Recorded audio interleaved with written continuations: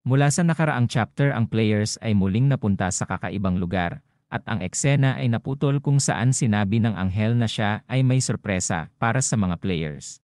Mula sa panibagong chapter, sinabi na ng anghel ang kanyang sorpresa para sa kanila, at ito daw ay ang region unification.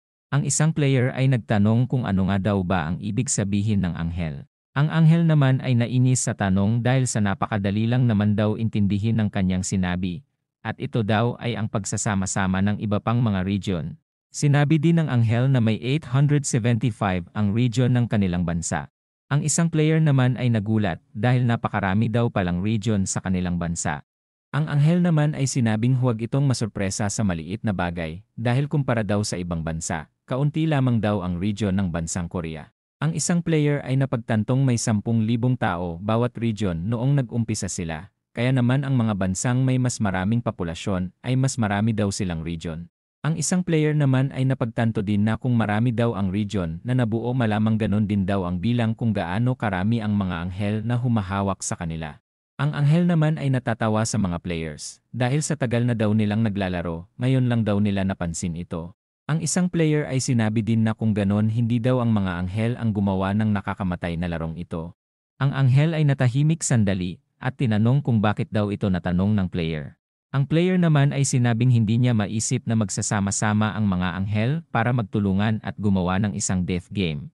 Ang anghel ay mabilis na bumulusok sa player at sinabing wala na itong pakialam. Sinabi niya din na wag na itong magtanong ng kung ano-ano kung ayaw daw nitong sumabog ang kanyang ulo. Ang player naman ay biglang natakot at agad humingi ng pasensya. Matapos matumba dahil sa takot, ang anghel naman ay sinabing nakakairita daw talaga silang mga tao. Ang ating bida ay pinagmamasdan lamang ang mga pangyayari sa isang sulok, at iniisip na may patakaran daw ang mga anghel na hindi nila pwedeng sabihin ang tungkol sa gumawa ng laro. Dahil sa kayang-kaya daw ng mga players na pumatay ng mga anghel, impossible din daw para sa mga anghel na gumawa ng ganitong klaseng laro. Ang anghel ay hindi na daw tatanggap ng mga katanungan, dahil bilang mga insekto ang kailangan lang daw nilang mga tao ay ang makasurvive. Ang anghel ay naiinis pa din dahil nagsayang lang daw siya ng oras sa kanila. Muli niya ding sinabi na magsasama-sama ang mga region dahil sa pagiging kaunti daw ng kanilang bilang sa kanilang region. Kaya na mabuhuwag na daw silang mag-isip pa na may iba pang dahilan bukod sa sinabi niya. Ang mga players ay nagsimulang mataranta dahil sa pagyanig ng lupa. Ang lugar din na kinalalagyan nila ay nagkaroon din ng iba pang mga kahon na umiilaw. Ilang sandali pa, ang ibang kahon ay nagsimula na ding malagyan ng iba pang mga players. Ang mga liwanag na linya ay unti-unti na ding nawawala. Ang ibang players ay napansin ang mga bagong dating na players sa lugar. Ang mga anghel ay sinabing tapos na ang pagsasama-sama ng mga region, kaya naman mag-umpisa na daw silang magpakilala sa isa't isa. Ang mga players ay nagsimulang magulat sa kanilang nakikita. Dahil sa naging 10 na daw ang nakikita nilang anghel sa paligid. Ang mga anghel ay sinabi na malamang sinabihan na daw sila ng kanilang mga anghel tungkol sa pagsasama-sama ng mga region dahil sa kumunti na ang kanilang bilang. Ang isang anghel ay sinabing may 10 region na nagsama-sama ngayon. At ang total daw na bilang nila ngayon ay 4,844. Ang mga players naman ay sinabi na muli na namang dumami ang kanilang bilang. Ang anghel ay sinabi din na dahil naging isa na ang kanilang region, mapapalitan na din daw ang pangalan ng kanilang region. Ang region name na daw nila ngayon ay C-ASKS007. At ang mga players na ito ay tanging mga Korean daw lamang. Ang mga players naman ay natuwa dahil hindi daw sila mahihirapan na makipag-usap sa ibang mga players. Ang iba naman ay sinabi din na malamang maging kagrupo din daw nila ang mga ibang bansa sa hinaharap. Ang ating bida naman ay iniisip na hindi lang daw ito ang huling magsasama-sama ang mga region. Dahil sa tuwing bumababa daw ang bilang ng isang region sa 500, isinasama daw ito sa iba pang region.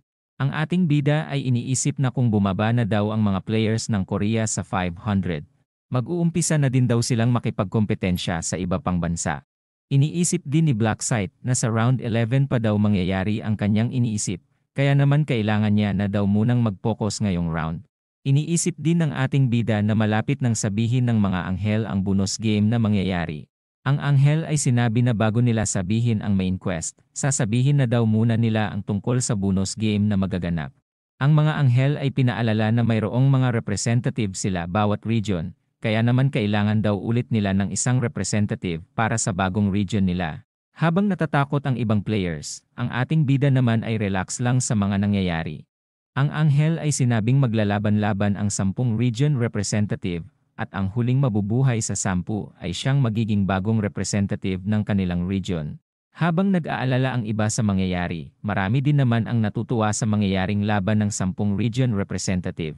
Ang isang lalaki naman ay nainis habang nakikita ang ibang players na masaya sa parating na laban. Ang babaeng ito naman ay nag-alala dahil sa mangyayari. Ang isang lalaki naman ay iniisip na kailangan niyang manalo at maging representative ng bagong region. Ang isang lalaki ay iniisip din na malamang mabuhay daw ulit sila matapos nilang mamatay sa round na ito. Ang mga representative ay kinakabahan at iniisip na kung hindi daw ba pwedeng isuko na lang nila ang pagiging representative ng walang ginagawa.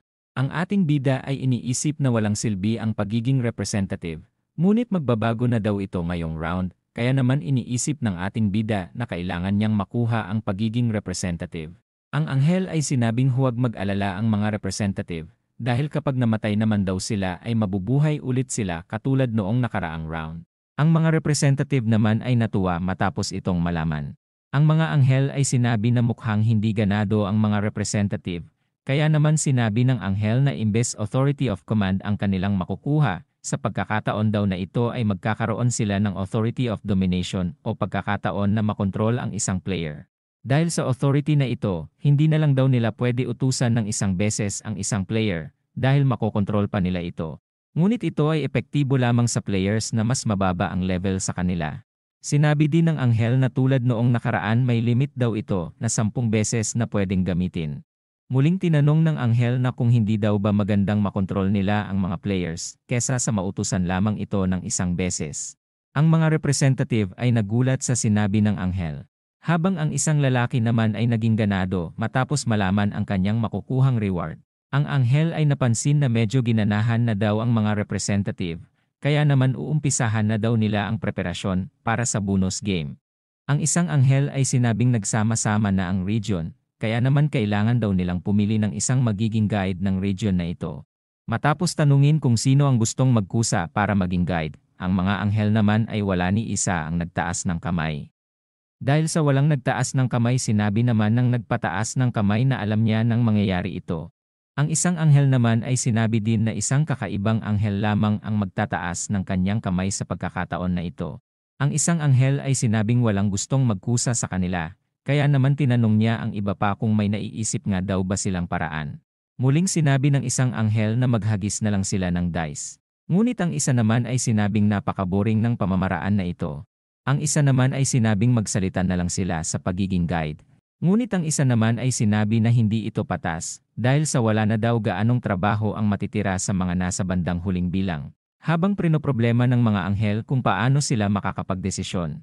Sinabi naman ng isang anghel na malapit nang maglaban-laban ang kanilang mga representative. Kaya naman sinabi nito na bakit hindi na lang sila pumusta sa kanilang representative.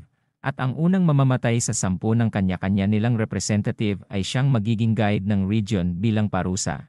Ang mga anghel naman ay pumayag sa naiisip ni Priscilla. Ngunit ang isang anghel ay nagsalita at sinabi na kung bakit hindi na lang sila mag-focus sa huling matitirang representative. Ang anghel naman na humahawak sa region ni Blacksite ay sinabing magiging reyna ang anghel na mananalo sa labanan ng mga representative. Ang suggestion na ito naman ay malinaw na hindi nagustuhan ni Priscilla.